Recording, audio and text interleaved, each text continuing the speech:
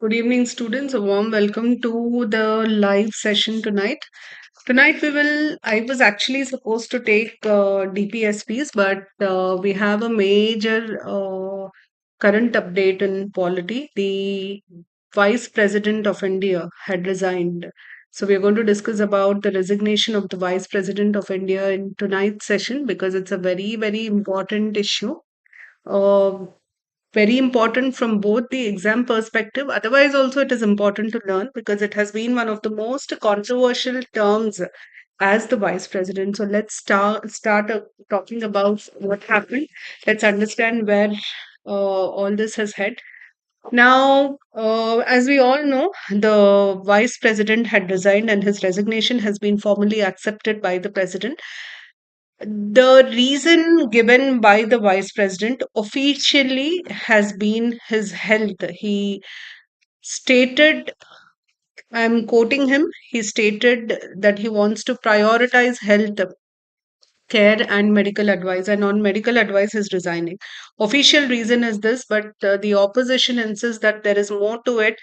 There have been several tweets by the opposition MP Jairam Ramesh, who claims that the business advisory committee, there is a committee in parliament called business advisory committee. It's a select committee. You find it in both Lok Sabha as well as Rajya Sabha. Now business advisory committee had its meeting on Monday around 12:31, the Business Advisory Committee meeting was adjourned, and at 4 o'clock it was supposed to reassemble.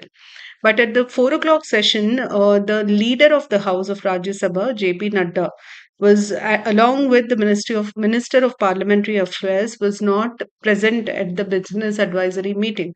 So the Vice President had to wait for some time. As the leader of Rajya Sabha, he presides over it. So he had to wait for some time, and when they did not come, he again postponed it to Tuesday.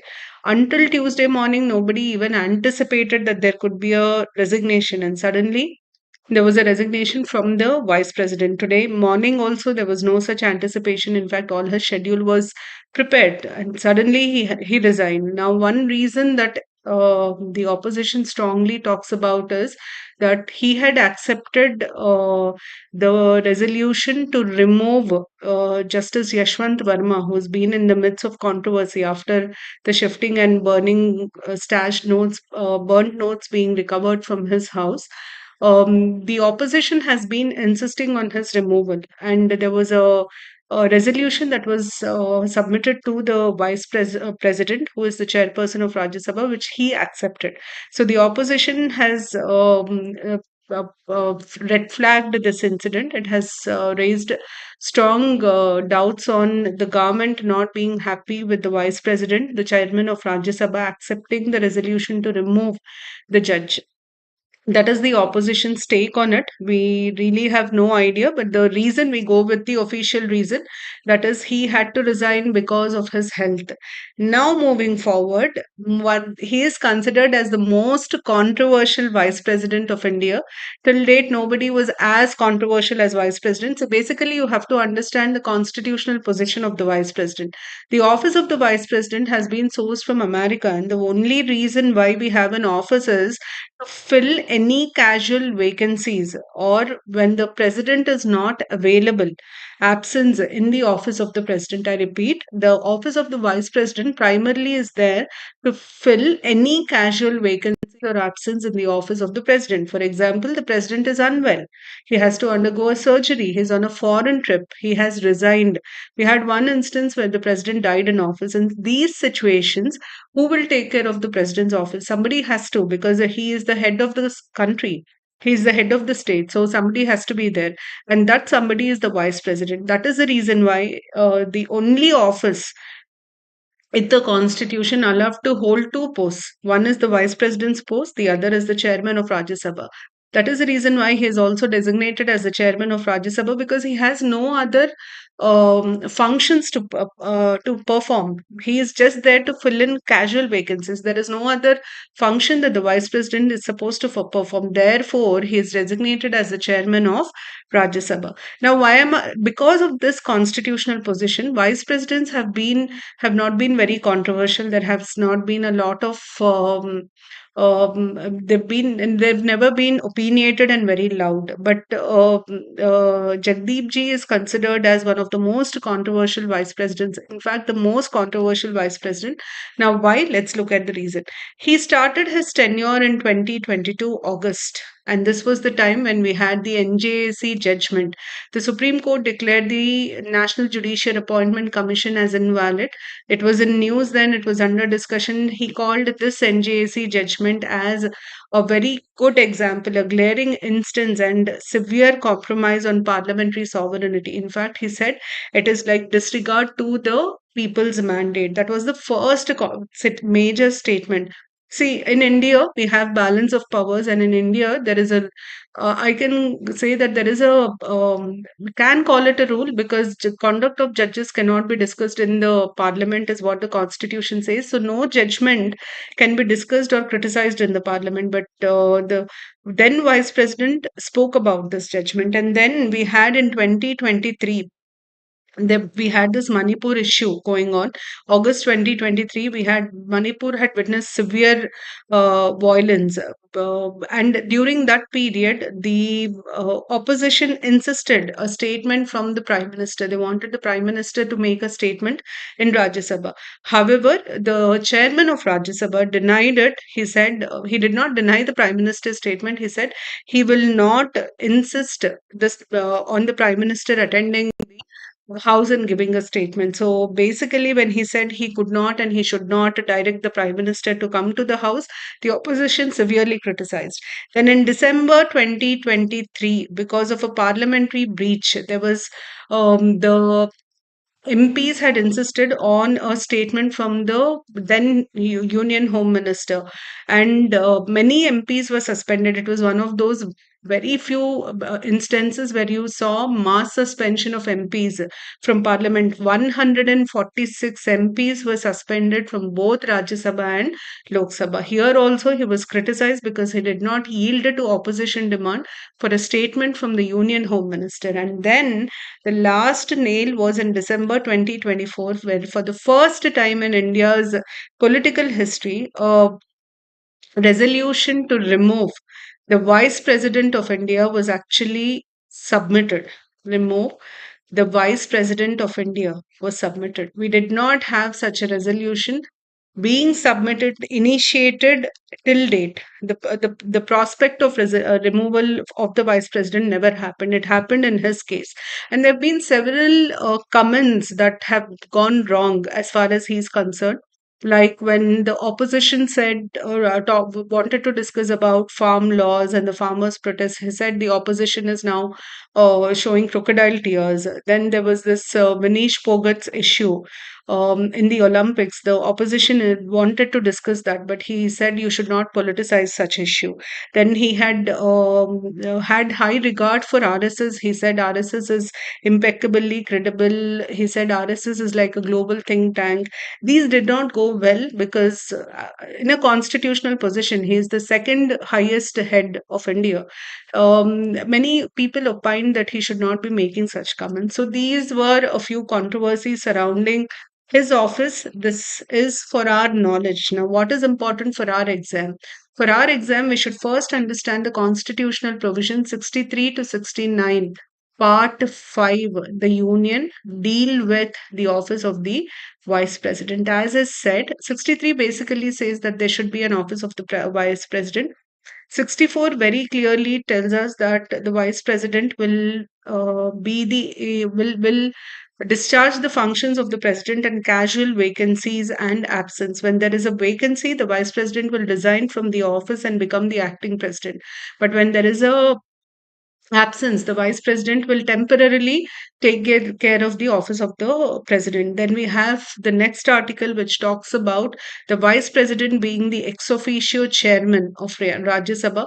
I already told you, see, usually the Constitution of India does not allow dual posts, but in the case of vice president, it is allowed because vice president, the office does not have any functions. It is only there to take care of the president's office when there is a vacancy or an absence. That is the reason the vice president is given the work of the chairman of Rajya Sabha, and his paid for as the chairman of Rajya Sabha. In the third schedule, in the second schedule, where you have all your salaries and allowances listed, if you look at the list, you'll not find vice president mentioned there. You'll find Rajya Sabha chairman mentioned there. So that is about him being the ex officio chairman. Then we also have to know about the qualifications. Should be a citizen of India having crossed the age of 35, should be qualified to be a member of Council of States and should not hold any office of profit. And remember, Rajya Sabha chairperson is not considered as an office of profit, it is exempted. Coming to resignation, if at all the vice president wants to resign, he has to resign. 67 clause A talks about the vice president's resignation. He has to resign by sending his resignation letter to the president. And please remember, it should be a handwritten letter. It cannot be a typed letter, it should be handwritten. He has to write it in hand and send it to the president. Now, removal of the vice president can be initiated only in Rajya Sabha, and Rajya Sabha should approve it with a special majority followed by a ratification by Lok Sabha. Till date, no vice president of India was removed, not just removed, but a resolution was not initiated against anybody. However, against him, there was a insistence on initiating the resolution. Now, moving forward, let's look at the election of the to the office of vice president. Now, this is something that I wanted to very clearly clarify. Whenever there is a vacancy in the office of the vice president, usually what is said is election should be held in 6 months. But please let me correct you. Allow me to correct you. According to the constitution, elections should be held as early as possible. Unlike the president's office, there is no fixed period within which time period within which you should hold the elections to the office of the vice president. I repeat, there is no fixed time period within which you can hold elections to the office of the vice president. It simply says as early as possible. So constitution does not stipulate a time period within which you have to hold elections to the office of the vice president in case of resignation, removal, death, or invalid elections. I hope this is clear. And remember, the new vice president will continue in office for the next 5 years. So he'll have a complete term.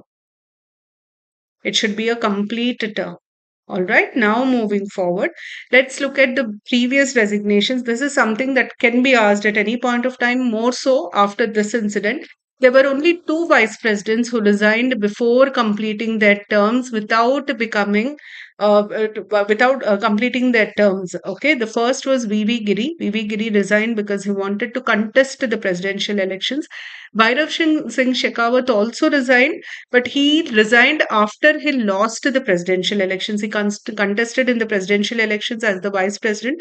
Then he lost elections. Then he resigned. Then Venkatraman, Shankar Dayal Sharma, and K.R. Narayan also resigned, but they resigned after they were elected as president of India.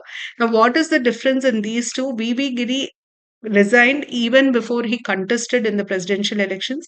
To contest the presidential elections, he resigned. Bhairav Singh Shekhawat resigned after he lost in the presidential elections. These three resigned after they won the presidential elections. And Krishna Kant was the only vice president to die in office. He died in office in 2002. Remember, the only vice president to resign on health grounds is Jagdeep Ji. Nobody else resigned on the ground of health. Now, moving forward, I gave this chronology because they can also ask you to arrange the following vice presidents of India in the chronological order of their resignation from office. That is the reason why I gave the chronology. The first to resign was VV Giri because he wanted to contest in the presidential elections. Zakir Hussain, the only president of India to die in office, after his death, VV Giri resigned. Then we had Venkatraman who resigned because he contested and he became the president of India. Same was Shankar Dayal Sharma, K.R. Narayan, but Bhairav Singh Shekhawat, vice president, to lose presidential elections. He did not win. the presidential election. So this is about the office of the vice president. A very brief and quick review of whatever has happened. Very important for your exam, irrespective of whether you're writing UPSC or APPSC or TSPSC, because this is a topic that this is a event that is very rare in Indian politics, that the vice president has resigned. Anything that is rare, you have to have a comprehensive 360 degrees idea about it, right from the constitutional provisions to the factual information on the list of vice presidents in India, who was the uh, who uh, who all resigned from office, who all went on to become the presidents, who all served two terms as the vice president, who which vice president died in office. All these factual information becomes extremely important for your exam. So this is it from me for tonight. Thank you so much. I'll see you all again with a topic tomorrow from Polity. Thank you. Bye bye.